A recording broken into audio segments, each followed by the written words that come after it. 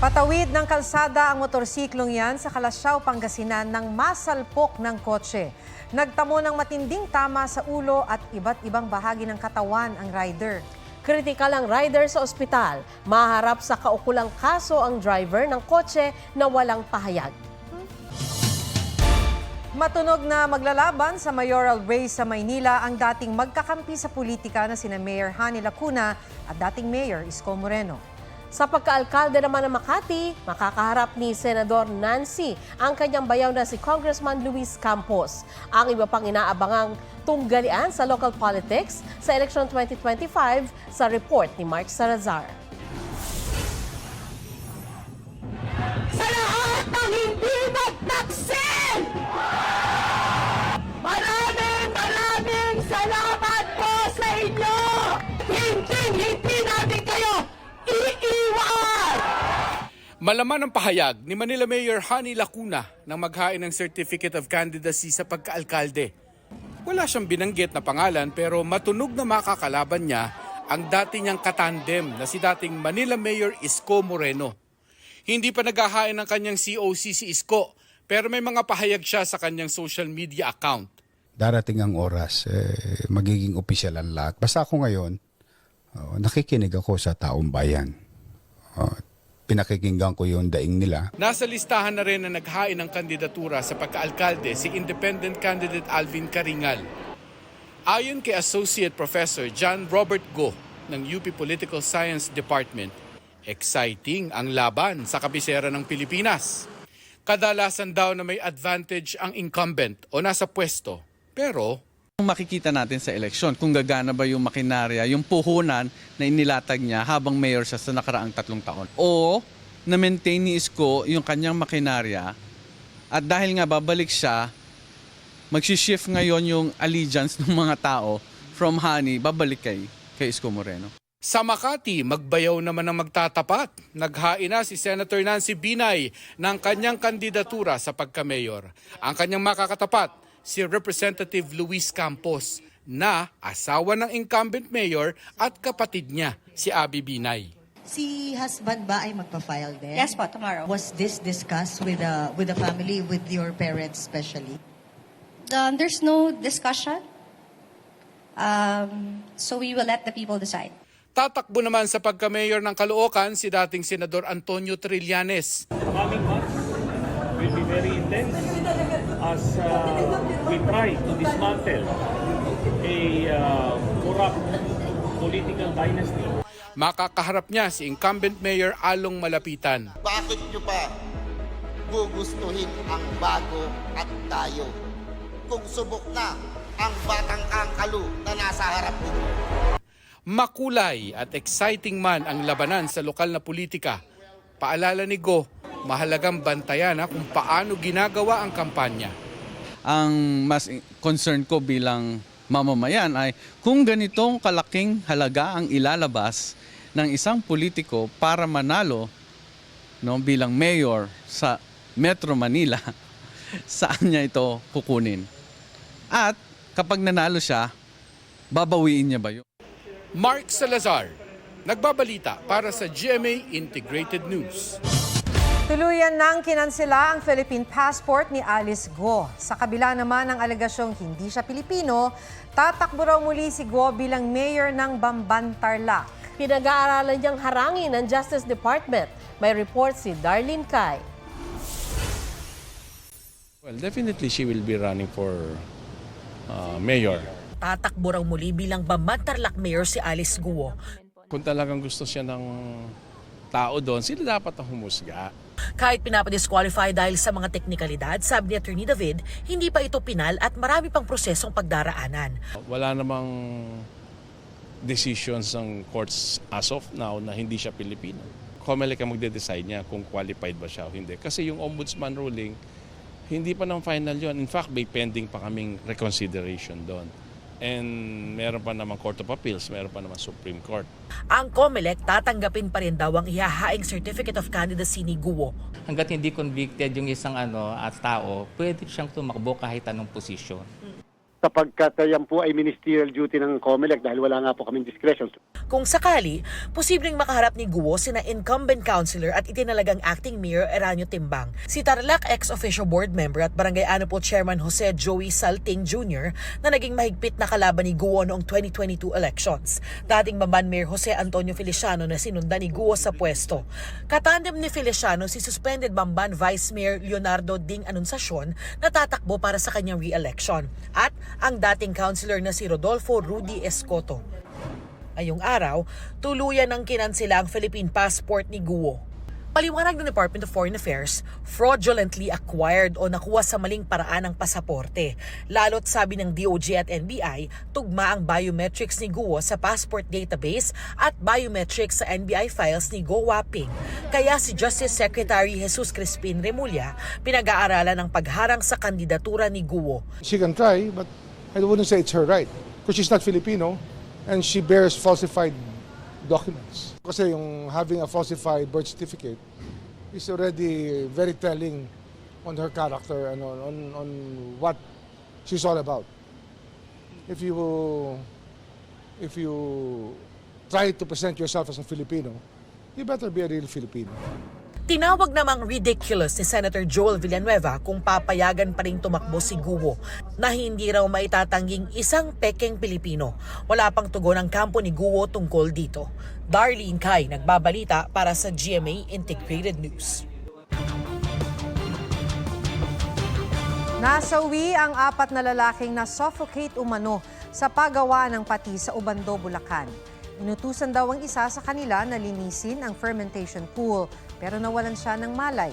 Pawang mga tutulong sana ang 3 iba pang nasawi. Maaring nakalanghap daw sila ng kemikal. Kabilang sa inaalam ng pulisya ang posibleng pananagutan ng may-ari ng patisan, lalo't wala raw safety gears ang mga biktima. Sinusubukan pa naming makuha ang panig nila. Ayon sa pulis, nangako na itong sasagutin ang gastos sa pagpapalibing. Kabilang sa mga nag-file ng COC ngayong day 4 ng filing, ang ilang baguhan sa senatorial race pero may kaanak sa Senado. Narito ang aking report. Naghain ng Certificate of Candidacy sa pagkasenador si Representative Camille Villar na sinamahan ng kanyang amang si dating Senate President Manny Villar at kapatid na si Senador Mark Villar. Patapos na ang termino ng kanyang inang si Senadora Cynthia Villar. Nag-file din ng COC sa pagkasenador ang kasama niya sa administration slate na si Makati Mayor Abby Binay.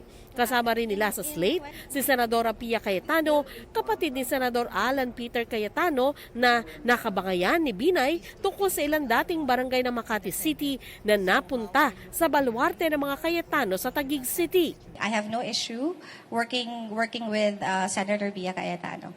Sabay-sabay na nag-file ng kanilang Certificate of Candidacy ang mga isasabak ng Makabayan Coalition sa pagkasenador.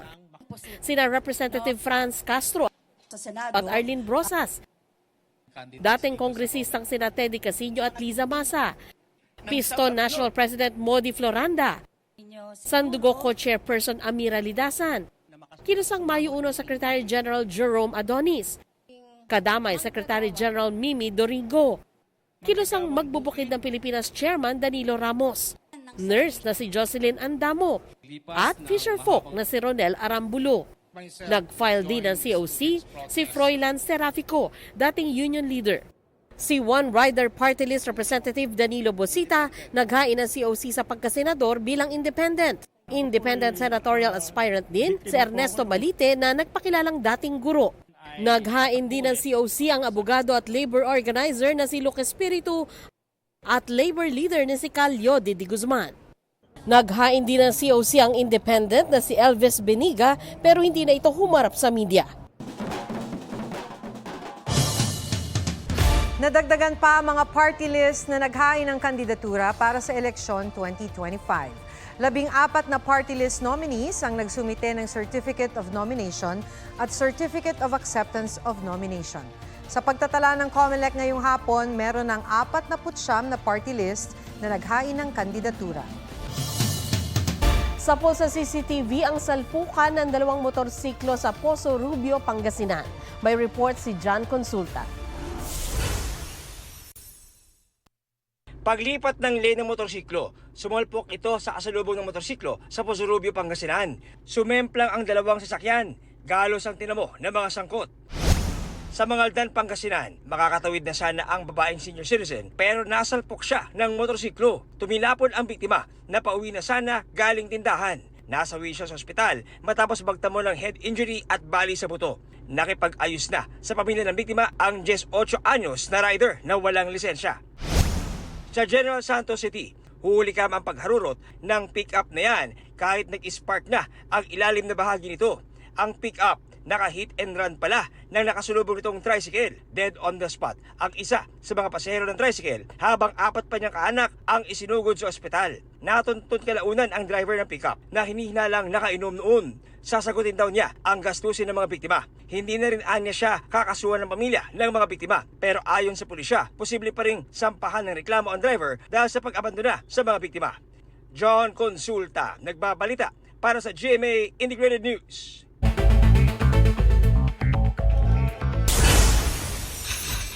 Presidential Legal Counsel Juan Ponce Enrile, dati ng Chief of Staff Gigi Reyes at Janet Lim Napoles, absuelto sa 172 million pesos plunder case kaugnay sa pork barrel scam. Ayon sa Sandigan Bayan, hindi napatunayan beyond reasonable doubt na tumanggap ng kickback at komisyon sa scam sina Enrile at Reyes. Hindi rin daw sapat ang ebidensya ng prosekusyon na nagbigay nga nito si Napoles sa dalawa.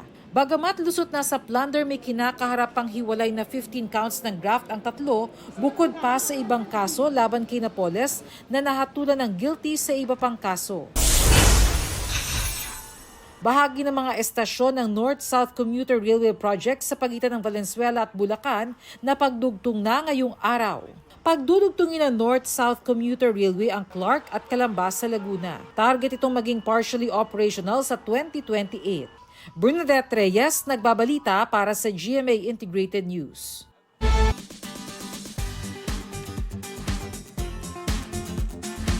Grade 1 pa lang pero pang-universe na ang gustong pag-usapan. Yan ang bibukid na kayang mag-explain ng solar system kahit pa sa mga mas matatanda sa kanya. Pusuan na yan sa report ni Oscar Oida. There's also Venus. Venus has the thickest atmosphere you might know. Sa murang edad, kaalaman sa kalawakan ang pinagkakaabalahan. It's Gil Miguel Palloria, aka Miggy, ang wonder kid of astronomy. We were amazed to know he can mention the figures, sa mga how far, ang mga distance nga pila ka light years. Ang free time kasi ni Miggy. I sometimes go to the library to learn more and more. Sa mga 3 years old sana serve na naka-recite na sa sang alphabet na mabaliskan pala. Tapos mga extraordinary na mabalaan yung mga Russian alphabet. Supernova is when a star is that is a nova, which means a supernova is known when a star explodes. Teka Miggy, utak naman yata namin ang sasabog sa pagkamangha sa'yo. Some of the high school students also were saying that he's often explaining to them about the solar system. Hope you like it! Oscar Oida, nagbabalita para sa GMA Integrated News. Huwag magpahuli sa mga balitang dapat ninyong malaman. Mag-subscribe sa GMA Integrated News sa YouTube. Sa mga kapuso abroad, subaybayan nyo kami sa GMA Pinoy TV at sa www.gmanews.tv.